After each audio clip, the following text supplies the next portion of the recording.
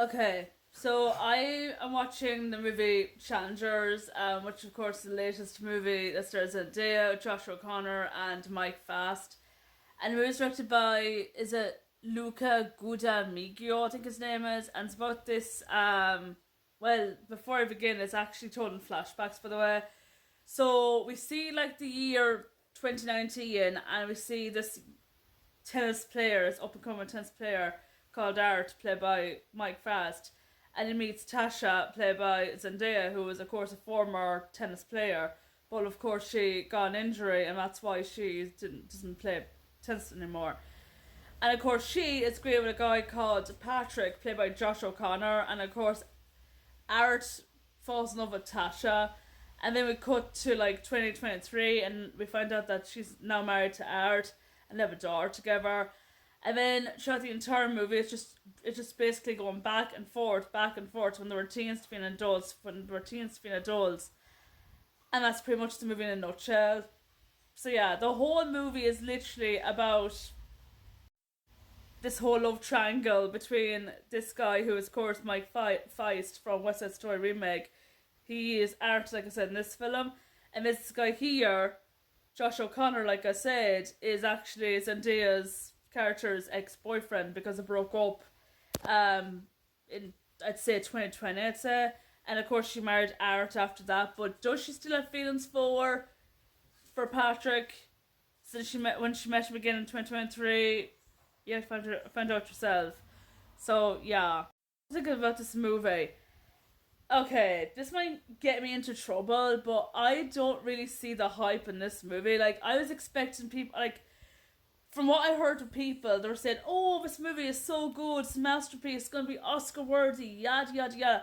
But I didn't expect the movie to be told in flashbacks. It just goes back and forth, like I said, back and forth, back and forth. And here's me going, okay, I thought you were married to this guy. Like, every time I see Zendaya, I go, I thought you were married to this guy. Now you're in a relationship with this guy. Now you're back to your husband and you have a daughter with him. Then it goes back to 2019 and she's a teenager with like long black hair. Then you see her with a blonde bob. Then you see her like with hair with braids and she's there playing tennis. And here's me going, what the fuck am I watching?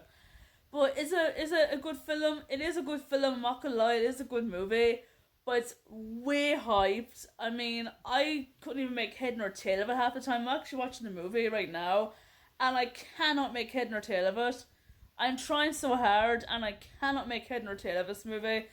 I do like Zendaya though. Like, I've always liked Zendaya since Shake It Up and her days in Disney. And of course, I knew Mike Feist since West Side Story. He was very good in that film as, oh, what's the guy's name?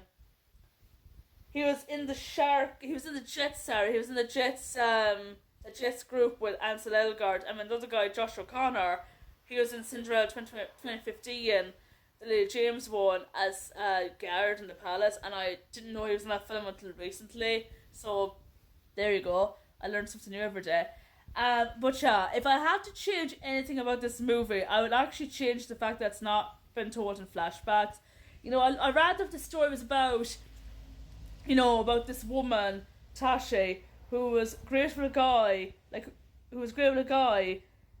and she's now happily married to Art, and of course she ends up meeting her ex-boyfriend Patrick while they're playing tennis, and she's like, oh my god, and of course Patrick still has feelings for Tashi.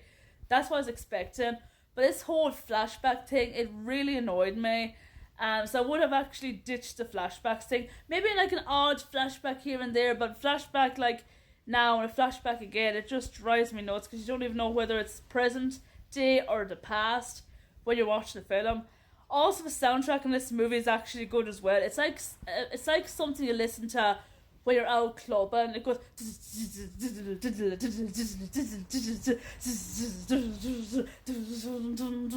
and I was like just going, ooh, am I in a party now? Am I going to jam at this?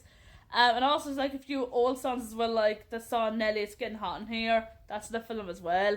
But yeah, if you're into flashbacks, you will like this movie. For me, I thought it was good, but not the best film I've seen this year. Overall, I'm giving it 3 or 5 stars. So yeah, I've seen Challengers. Did you like it? Did you not like it? Let me know in the comments down below. And yeah, that's my review of Challengers.